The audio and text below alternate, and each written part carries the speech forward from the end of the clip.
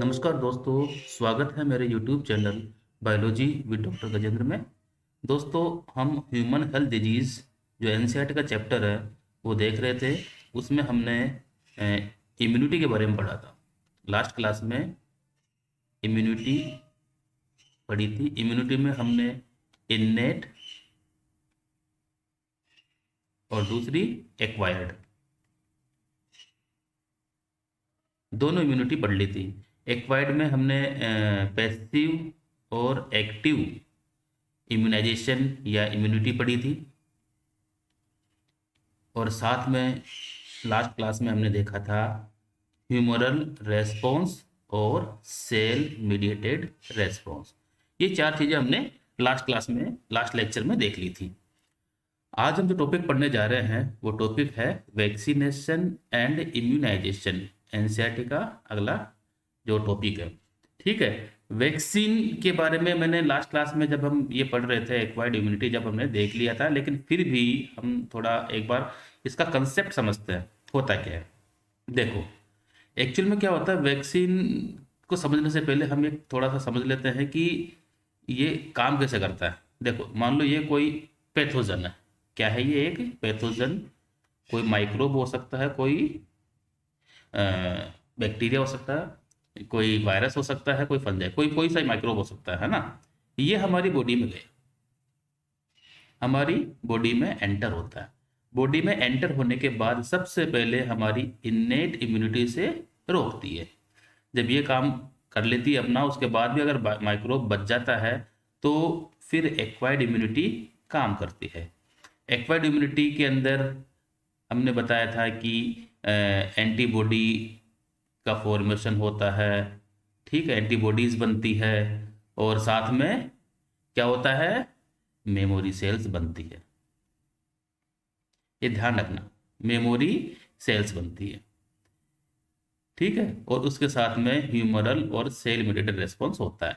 ये एक मतलब इम्यूनिटी का एक तरीका है, हमारी बॉडी की सुरक्षा का एक मेथड है, ठीक है। अब हम क्या करेंगे, जैसे ये पैथोजन अंदर आया है हमारी बॉडी में, हम चाहते हैं कि इसको हम आर्टिफिशियली, किस तरह से, आर्टिफिशियल रूप से या कृत्रिम रूप से हम हमारी बॉडी में एंटर करवाएं। हम नहीं चाहते कि हमारे को इन्फेक्शन हो तभी कोई पैथोजन, मतलब तभी हमारी बॉडी का इम्यून सिस्टम एक्टिवेट हो। हम ये चाहते हैं कि जैसे कोई भी बीमारी है, बीमारी होने से पहले हमारे अंदर एंटीबॉडी प्रेजेंट हो ताकि सुरक्षा हो जाए। इसके लिए मैंने कोरोना का एक बेस्ट एग्जाम्पल दिया था, कोरोना वायरस का। आपने पढ़ा होगा कोरोना वायरस, देखा भी है। ये कोरोना वायरस अगर नेचुरली इन्फेक्शन कर रहा है, इसकी तरह देखो, है ना, हमारे बॉडी में जाएगा तो हमारी इन्नेट इम्यूनिटी रोकेगी, फिर एंटीबॉडी बनेगी, फिर मेमोरी सेल बनेगी। तो आपने देखा होगा कि बहुत सारे लोग जब बीमार हो गए थे तो बिना दवाई के भी ठीक हो गए थे, है ना, ऑटोमेटिक रिकवर हो रहे थे। कारण क्या था कि उनके अंदर एंटीबॉडी का निर्माण हो गया था कोरोना के अगेंस्ट।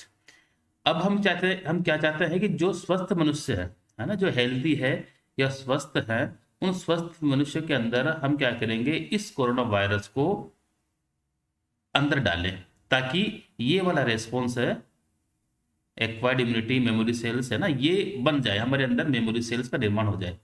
एक्चुअल में वैक्सीन का जो मेन, जो अगर हम देखें मोटो क्या है वैक्सीनेशन का, कि हमारी बॉडी के अंदर मेमोरी सेल्स बने। मेमोरी सेल्स दोनों प्रकार की होती है, बी सेल्स भी मेमोरी सेल्स और टी सेल्स भी मेमोरी सेल्स, इन दोनों की मेमोरी सेल्स बनती है ताकि आगे जाके बी सेल जो होती है वो एंटीबॉडी का निर्माण कर सके, और टी सेल क्या होती है, सेल मीडिएटेड रेस्पॉन्स कर सके। एंटीबॉडी निर्माण में एच आर, ह्यूमरल रेस्पॉन्स होगा। बात समझ में आ गई होगी। हम क्या कर रहे हैं वैक्सीनेशन में, हम जो पैथोजन है जैसे कोरोना वायरस है, इसको एंटर करवाएंगे। अब हम अधिक मात्रा में नहीं कराते, हम क्या करते हैं, एक्चुअली वैक्सीन जो होती है, वैक्सीन का मतलब समझना, वैक्सीन क्या होती है। वैक्सीन कुछ नहीं होता, एक इसमें क्या होता है, एक पैथोजन होता है। क्या होता है, एक पैथोजन होता है। ये पैथोजन जिंदा भी हो सकता है, ठीक है, लेकिन एटीन्यूटेड होगा, अवायरुलेंट होगा। जिंदा होगा लेकिन क्या होगा, अवायरुलेंट, अवायरुलेंट मतलब वो बीमारी पैदा नहीं कर सकता, इस तरह का होगा। या फिर पैथोजन कैसा होगा, डेड होगा, मरा हुआ होगा। तो मरा हुआ क्या बीमारी पैदा करेगा, बात समझ में आ रही है। या तो अवायरुलेंट होगा, मतलब पैदा, मतलब बीमारी पैदा करने लायक नहीं रहेगा। या फिर क्या होगा, डेड होगा। या फिर इस पैथोजन का कोई पार्ट होगा, पार्ट में क्या लेते हैं हम, प्रोटीन। या तो इसका कोई पार्ट या उसकी कोई प्रोटीन हम लेंगे और हमारे बॉडी में डाल देते हैं। तो ये वैक्सीन में क्या होता है, यही चीज होती है पैथोजन में, ठीक है, ध्यान रखना। लेकिन अगर, यह ध्यान रखना, आगे देखेंगे हम कि इसमें एंटीबॉडीज भी हम डाल देते हैं डायरेक्ट। एंटीबॉडीज होती है, ये भी एज ए वैक्सीन काम करती है, लेकिन ये कब काम करेगी ये हम आगे बताएंगे। बात समझ में आ गई। देखो ये जो कंसेप्ट समझना है यहाँ पे, एक मिनट में थोड़ा इंक कलर चेंज कर लेता हूँ, है ना। ये कंसेप्ट समझना कि जैसे ये पैथोजन है यहाँ पर, ठीक है, इस पैथोजन की जगह हम क्या डाल रहे हैं, ये वाला पैथोजन जो बीमारी पैदा नहीं कर सकता, या फिर डेड है, या फिर उसका कोई प्रोटीन ले, तीनों में से कोई भी चीज़ हो सकती है, हमारी बॉडी में जाएगी। हमारी बॉडी बीमार नहीं होगी, अगर नेचुरल इन्फेक्शन होगा तो बीमार होगी, लेकिन वैसे बीमार नहीं होगी। बीमार तो होगी नहीं, लेकिन हमारी बॉडी का इम्यून सिस्टम एक्टिवेट हो जाएगा, एंटीबॉडी का निर्माण होगा और मेमोरी सेल्स का निर्माण होगा, ताकि दोबारा अगर ये पैथोजन दोबारा से अगर इन्फेक्शन होता है तो क्या होगा, ये मेमोरी सेल, बी सेल और टी सेल है, सक्रिय हो जाएगी जल्दी, क्योंकि अब याददाश्त है ना। अब उनको याद है कि भाई ऐसा इन्फेक्शन पहले भी हुआ था, तो फटाफट एंटीबॉडी का निर्माण होगा और इस वायरस को यहीं पे खत्म कर देंगे। ये वैक्सीन का एक सिंपल सा कॉन्सेप्ट है। बात समझ में आ गई कि हम ये चीज करेंगे। आगे देखो, इसमें ये जो एंटीबॉडी के लिए बताया है, यहाँ पे अभी थोड़ा लिख देता हूं मैं, ये पैसिव वैक्सीनेशन का उदाहरण है। पैसिव वैक्सीनेशन, तो वैक्सीनेशन भी दो प्रकार का होता है, एक एक्टिव एक पैसिव। एक्टिव में क्या होते हैं, हम एंटीजन डालते हैं, ये क्या है, एंटीजन। पैथोजन जो लिया है ना हमने, ये एज ए एंटीजन काम करेगा ताकि इम्यून सिस्टम एक्टिव हो जाए। जैसे हमने पैसिव एक्टिव पढ़ा था, क्या इम्यूनिटी पढ़ी थी, उसी कंसेप्ट पे है। यदि हम एंटीजन हमारे शरीर में डालते हैं तो उससे इम्यून सिस्टम एक्टिवेट होता है, इसलिए उसे हम एक्टिव वैक्सीनेशन कहेंगे। यदि हम एंटीबॉडी डालते हैं तो उसमें इम्यून सिस्टम एक्टिव नहीं होता, उसमें बनी बनाई एंटीबॉडी डाल देते हैं, इसलिए इसे बोलते हैं पैसिव वैक्सीनेशन। आगे ये नेचुरल और आर्टिफिशियल में भी डिवाइडेड है, लेकिन कंसेप्ट वही है। नेचुरल इम्यूनिटी और आर्टिफिशियल इम्यूनिटी पढ़ लो, या नेचुरल वैक्सीनेशन नेचुरल या आर्टिफिशियल पढ़ लो, बात एक ही है। हम यहाँ पे देख रहे हैं हम वैक्सीनेशन में क्या कर रहे हैं, आर्टिफिशियल रूप से क्या करवा रहे हैं, इम्यून सिस्टम एक्टिवेट करा रहे हैं, ठीक है। आगे देखते हैं इसके बारे में। देखो ये वही टॉपिक है, वैक्सीनेशन क्या है, the principle of immunisation. Immunisation का मतलब क्या है, वही है वैक्सीनेशन। और इम्यूनाइजेशन में डिफरेंस क्या है, देखो वैक्सीन तो क्या है, प्रोटीन पार्ट है या कोई वायरस पैथोजन है जो हम बॉडी में डाल रहे हैं, है ना, उसे वैक्सीन, उस प्रक्रिया को वैक्सीनेशन कहेंगे। और इससे क्या होता है, इम्यूनाइजेशन, इम्यून सिस्टम एक्टिवेट होता है, इम्यून सिस्टम क्या होगा, एक्टिवेट होगा, सक्रिय होगा, इसलिए इसे क्या बोलते हैं, इम्यूनाइजेशन। बात समझ में आ गई। ऐसा प्रोसेस जिसमें इम्यून सिस्टम एक्टिवेट हो उसे इम्यूनाइजेशन कहेंगे। ये किस पर बेस्ड है, इंपॉर्टेंट है, किस पे बेस्ड है, ये मेमोरी पे। मेमोरी मतलब जैसे मैंने एक बार पिछली क्लास में बताया था कि कहीं पे मान लो बॉम्ब ब्लास्ट हो गया, जैसे जयपुर में बॉम्ब ब्लास्ट हुआ था 2008 में, ठीक है, तो वो पहली बार हुआ था तो इतना सक्रिय नहीं था, मतलब लोग इतने जागरूक नहीं थे, पुलिस सिस्टम भी इतना जागरूक नहीं था, डिफेंस सिस्टम इतना जागरूक नहीं था। लेकिन उसके बाद से जहां कहीं भी बॉम्ब ब्लास्ट हुए तो जयपुर में भी रेड अलर्ट जारी होता है। क्यों, क्योंकि वहां पर मेमोरी बन गई है कि भाई साहब पहले भी हो चुका है यहाँ पे, ठीक है, तो वो मेमोरी इसलिए काम आती है कि एक अलर्ट जारी हो जाता है बॉडी में, ठीक है। तो यहाँ पर वैक्सीनेशन क्या है, a preparation of antigenic protein. Vaccine भी क्या है, एंटीजेनिक प्रोटीन लेते हैं हम पैथोजन की, या तो पैथोजन भी हो सकता है, देखो एंटीजेनिक प्रोटीन और पैथोजन, उसे प्रोटीन ले सकते हैं, ठीक है। उस इनएक्टिवेटेड वैक्सीन जिसे हमने बोला एवारुलेंट या वीकेंड पैथोजन, कमजोर हो सकता है, ये वैक्सीन के रूप में काम करता है। तो इसकी परिभाषा याद रख लेना, हमारी बॉडी में ये डाली जाती है। The antibodies produced in the body against these antigens would be neutralized or the pathogenic agent during the actual infection. जब दोबारा से इन्फेक्शन होगा, इस किसका एक्चुअल इन्फेक्शन होगा ना, तब जो मेमोरी सेल बन गई है जिसके द्वारा एंटीबॉडीज का निर्माण होगा, वो क्या करेगी, उसको न्यूट्रलाइज कर देगी, मतलब उसे खत्म कर देगी। उदासीनीकरण मतलब खत्म, जैसे ये एंटीबॉडी है तो इससे एंटीजन बाइंड हो जाएगी और इसको न्यूट्रलाइज कर देगी। Vaccines also generate memory B cell T cell, ये भी ध्यान रखना, memory B cell T cell का निर्माण भी करेगी। एंटीबॉडी तो बनी रही है, जैसे मान लो ये मतलब ये क्या बी सेल बन रही है, ये बी सेल बनी, बी सेल आगे जाके प्लाज्मा सेल में चेंज हो जाएगी, प्लाज्मा सेल में चेंज हो गए और साथ में क्या बनाएगी, मेमोरी सेल भी बनाएगी, ताकि आगे इन्फेक्शन को रोक सके। दो चीजें बनती है इससे, बी सेल आगे डिफ्रेंशिएट होती है ना, बी सेल का आगे दो सेल में विभाजन होता है, एक तो मेमोरी सेल बनाता है, एक प्लाज्मा सेल बनाता है। प्लाज्मा सेल क्या बनाएगा, एंटीबॉडी। ठीक है, तो मेमोरी ऐसे टी सेल का है, एक सीटीएल बनेगी और एक क्या बनेगी, एक तो सीटीएल बनती है और एक क्या बनती है, मेमोरी सेल बनती है। That recognizes the pathogen quickly on subsequent exposure and overwhelm the invader with the massive production of antibodies। मतलब अब हम इनको याद तो है कि भाई इस तरह का वायरस आ गया है, पहले से याद है तो फटाफट से क्या करेंगी, ये एकदम से बहुत सारी एंटीबॉडीज का निर्माण करेगी और उस वायरस को वहीं पे खत्म कर देगी। अब देखो मजे की भाई, यहां तक जो हमने पढ़ा ना, ये यहां तक ये है एक्टिव इम्यूनाइजेशन, एक्टिव इम्यूनाइजेशन, ये ध्यान रखना, ये एक्टिव वैक्सीनेशन भी कह सकते हैं, यहां तक जो पढ़ा हमने। अब इसके बाद देखो, if a person infected with deadly microbes, deadly microbes मतलब डेडली माइक्रोब्स जिससे जान जा सकती है, हमारी बॉडी में जिस किसी ने सांप ने काट लिया, टिटनेस हो गया या रेबीज वगैरह, जिस तरह के ऐसे माइक्रोब होते हैं जो हमारी बॉडी में चले गए, और अगर हम एंटीजन डालेंगे उसके अंदर, हमारे बॉडी में एंटीजन से एंटीबॉडी बनने में टाइम लगता है, 5 से 7 दिन लगते हैं। उस टाइम अगर इम्यूनाइजेशन करेंगे तो ठीक प्रोसेस नहीं है। हम क्या चाहते हैं कि फटाफट क्या हो, उस जो माइक्रोब है वो खत्म हो। इस माइक्रोब को खत्म करना कैसे करेंगे, अच्छा इसमें एग्जांपल देने का, जैसे टिटनेस का, आपको पता है कि कहीं भी हमारे जैसे टिटनेस होता है, मतलब कहीं कट जाते हैं अपन तो टिटनेस के इंजेक्शन लगवाते हैं, किसी कुत्ते ने काट लिया तो टिटनेस के साथ में रेबीज का इंजेक्शन भी लगवाते हैं। क्यों लगवाते हैं, ताकि जो वायरस हमारी बॉडी में गया है उसको फटाफट खत्म किया जाए।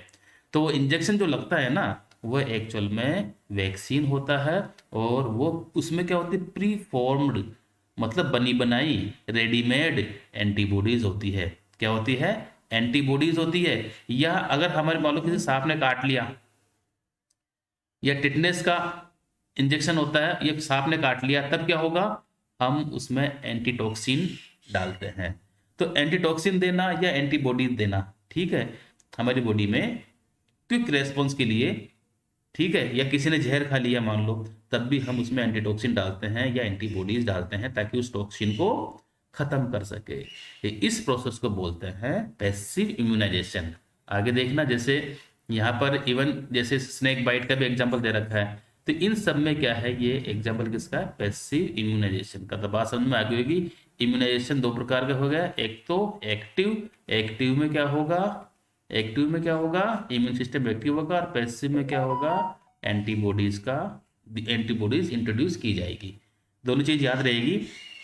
एक तीसरा मेथड एक और है, रिकॉम्बिनेंट डीएनए टेक्नोलॉजी। इसमें रिकॉम्बिनेंट डीएनए टेक्नोलॉजी से हम क्या करते हैं, जैसे कोई पैथोजन है, मान लो कोई पैथोजन है, ये पैथोजन ये वाला है, ठीक है, और इसकी ये वाली प्रोटीन, ये बाहर का कोट है, प्रोटीन का आवरण होता है ना, तो ये मान लो ये आवरण है, आवरण के अंदर ये कुछ प्रोटीन है। हम चाहते हैं कि ये ही क्या है, इसमें एंटीजन का कार्य कर रही है। हम क्या करेंगे, इस पैथोजन से डीएनए को निकालेंगे, किसी वेक्टर में डालेंगे, वेक्टर में डालने के बाद में इसको क्या करेंगे, इस एंटीजन का बाहर प्रोडक्शन करवाएंगे, एंटीजन बनेगी, इससे क्या होगा, इस एंटीजन को फिर बॉडी में डालेंगे।